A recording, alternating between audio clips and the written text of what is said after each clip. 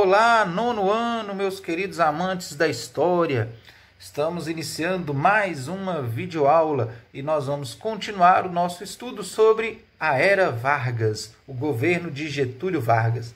Vocês lembram lá na última videoaula que nós vimos que Getúlio ele aplicou um golpe dentro do golpe? Vocês lembram disso? Então, hoje nós vamos estudar um período do governo Vargas chamado de Estado Novo. Esse Estado Novo durou de 1937 até 1945. Isso mesmo. Se vocês fizerem as contas aí, Getúlio Vargas foi o presidente da história do Brasil que ficou mais tempo no poder. Ele ficou 15 anos. Depois dele, somente Fernando Henrique Cardoso e Lula, que já é do nosso tempo, eles ficaram 8 anos cada um. E depois dele só Getúlio Vargas, então 15 anos, presidente que ficou mais tempo no poder. A data é dia 10 de novembro de 1937. Nessa data começa o chamado Estado Novo, em que Getúlio Vargas aplicou um golpe dentro do golpe, e agora ele continua governando num governo golpista. Inicia nesse período de 1937 a fase mais autoritária do governo Vargas. Vargas ele já tinha uma tendência ao autoritarismo, e nesse período do Estado Novo fortalece ainda mais essa tendência autoritária do governo Vargas. É uma fase que assumiu uma clara inspiração fascista e nazista, profundamente influenciada por esses dois movimentos que nós já estudamos lá na Europa. Quais são as características? A suspensão de partidos políticos, todos os outros partidos que não fossem do partido do governo deixaram de existir, foram colocados na ilegalidade. E Getúlio Vargas começou a perseguir duramente os opositores. Todo mundo que se opunha ao governo era perseguido. Para isso, ele precisou elaborar uma nova Constituição. Porque a Constituição de 1934, que foi feita no governo dele mesmo, vocês lembram lá, teve a Assembleia Constituinte, que elaborou uma Constituição de 1934. Essa Constituição ela já não servia mais para o governo de Getúlio Vargas, porque agora era um governo autoritário. E aquela Constituição de 1934, ela trazia diversas aberturas na lei, que não servia para um governo autoritário. Foi então outorgada a nova Constituição, a chamada Constituição de 1937. E quando eu digo outorgada, quer dizer que ela foi elaborada sem a participação popular. Uma Constituição, quando ela é outorgada, quer dizer que ela foi elaborada sem haver uma Assembleia Constituinte, sem que representantes do povo participassem dessa Constituição, ou seja, ela é colocada de cima para baixo. Na história do Brasil nós já estudamos, Dom Pedro II ele outorgou a Constituição de 1824, ela foi outorgada, ela não foi feita com participação popular, certo? Muito bem. Essa nova Constituição, ela centralizava o poder político nas mãos de Getúlio Vargas e diminuiu o poder dos governadores dos estados. Além disso, essa Constituição ela já previa a pena de morte para quem atentasse contra a ordem pública. Ou seja, qualquer um que se manifestasse contra o governo poderia ser condenado à morte, segundo essa nova Constituição.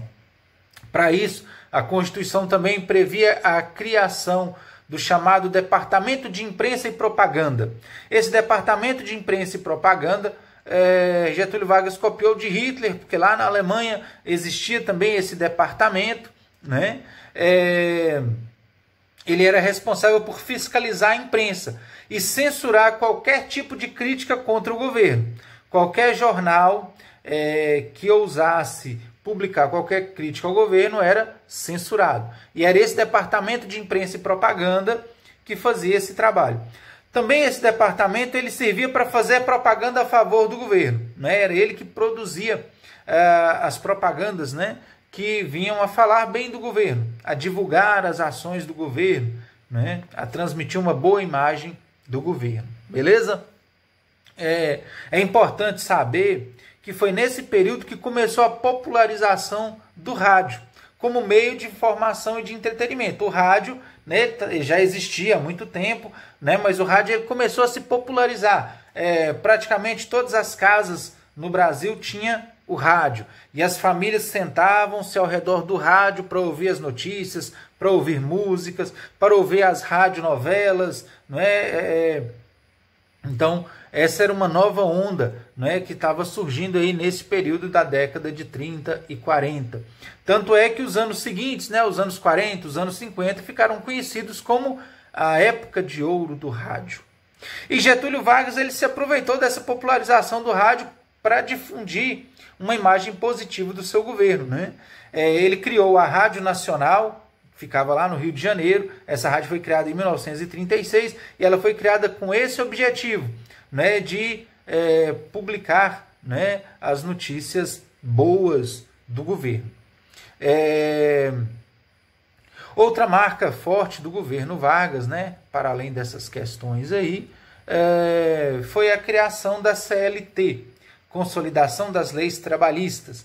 Vocês lembram lá que eu falei que ele já tinha colocado lá diversas leis, diversos direitos trabalhistas, né? Isso tudo foi consolidado nessa CLT que foi feita em 1943, garantindo aqueles direitos aos trabalhadores que nós já falamos na última videoaula, né? Agora então é transformado em lei.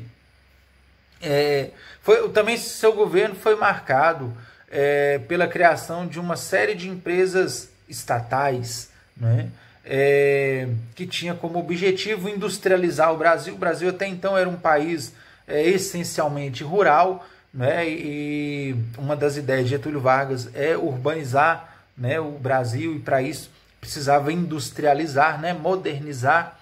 Aí o governo de Getúlio Vargas criou, né, diversas empresas estatais, entre elas, né, a Companhia Siderúrgica Nacional, a Companhia Vale do Rio Doce, a Hidrelétrica Paulo Afonso, né, a Fábrica Nacional de Motores, né, tudo isso foram empresas que foram criadas nesse período de Getúlio Vargas. Então assim conclui, né, a nossa videoaula sobre esse período da Era Vargas. Hoje eu não vou deixar nenhuma atividade para vocês, não. Fiquem aí, né, com a videoaula, façam a leitura do livro, bons estudos e até a nossa próxima videoaula.